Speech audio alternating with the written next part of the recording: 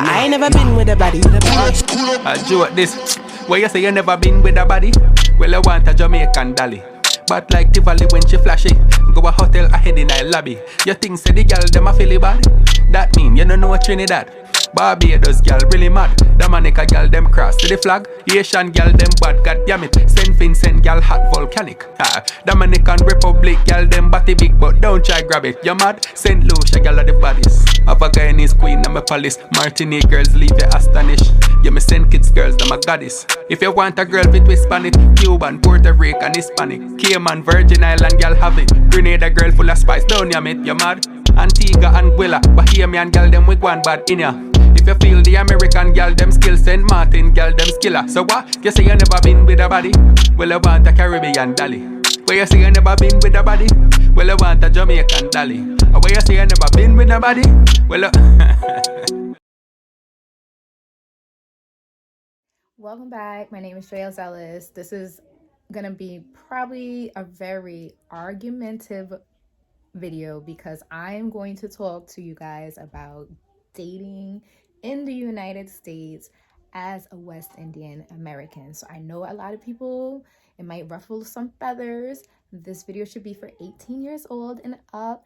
And I'm just gonna get into it. I'm speaking my truth, guys, so you guys are more than welcome to talk to me in the comments. Thank you. West Indian people, no matter if it's a woman or a man, do not introduce you to their parents until they know that you are the one. That's it. They don't. And I'm gonna tell you why in just a second. We are highly criticized individuals. We have grown up with thick skin from our parents criticizing us. I don't know about you, but I got it. So I'm sure in the comments that there's gonna be a lot. And as much as we joke around as West Indian Caribbean people about our parents, the criticism that we receive is so intense that it's actually not healthy. So before we even introduce another person into our our family existence or lives, we want to just make sure that that person is 100% all in and for us before we do that, because once we open that door, we're subjecting ourselves to whatever could come out of our parents' mouth. And not to say our parents are not bad people, it's just that I don't even know how to explain it. You guys in the comments, if you guys can just help me out here, thank you so much. But I'm gonna just move a little bit on. So growing up as a little girl,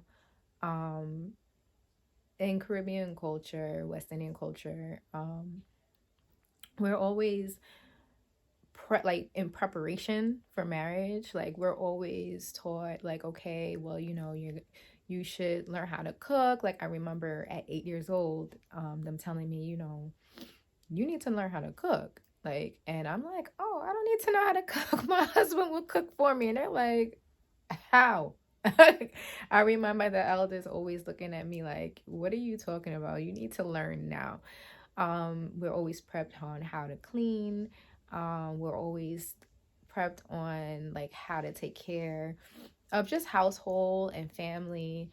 And we are also put on like really, really strict guidelines, like from young up until like teenage and even as an adult. Like, I shared a clip on my Instagram page, and you guys can follow my Instagram. It's your favorite ESL teacher. But even like in my 30s, like there's a lot of things that I gotta like be careful with saying and like doing, because it's expected for you to just pretty much stay home, which is just kind of bizarre, because at the same time that they want you to be home all the time at a certain age, it's like, why aren't you married? Well, I gotta go outside. gotta go outside. Somebody knocking on the fucking door like they live here. Who is that? Let me tell you something. I am a Christian. I am not witnessing for Jehovah. No, sir, I'm not Jehovah's Witness. I'm here to pick up your daughter for prom. Okay, you're the driver. Mildred, the driver, is here with the limousine. No, I'm not the driver. I'm her date. Let me tell you something. It's best you get your ass off from in front of my door, you know. My daughter not going nowhere with you. You in high school, you look like you was about 39. No, maybe it's because of my outfit. Me and your daughter is in the same steel band. Steel band? I don't care if Jesus played mass in Jerusalem Carnival. She not going nowhere with you. You gotta be kidding me. You think you taking my fucking daughter virginity? Hey, you staying home tonight. See, like that. Like things like that. So growing up and being a teenager is like study a school book. You can't date. As a teenager, you can't date. Study a book. You can't go out. You can have your studies. You can have your extracurricular. That's it. And then when you're in college, no, you shouldn't be dating either. You should be studying. And then by the time you finish graduating for college, you have your job. Oh, where's your husband? This whole time I was inside. This whole time I was inside, guys. Like, I gotta go outside. And that is something that, like, there's like a disconnect between like the older generation, which is very traditional. You know, I grew up in a very strict household.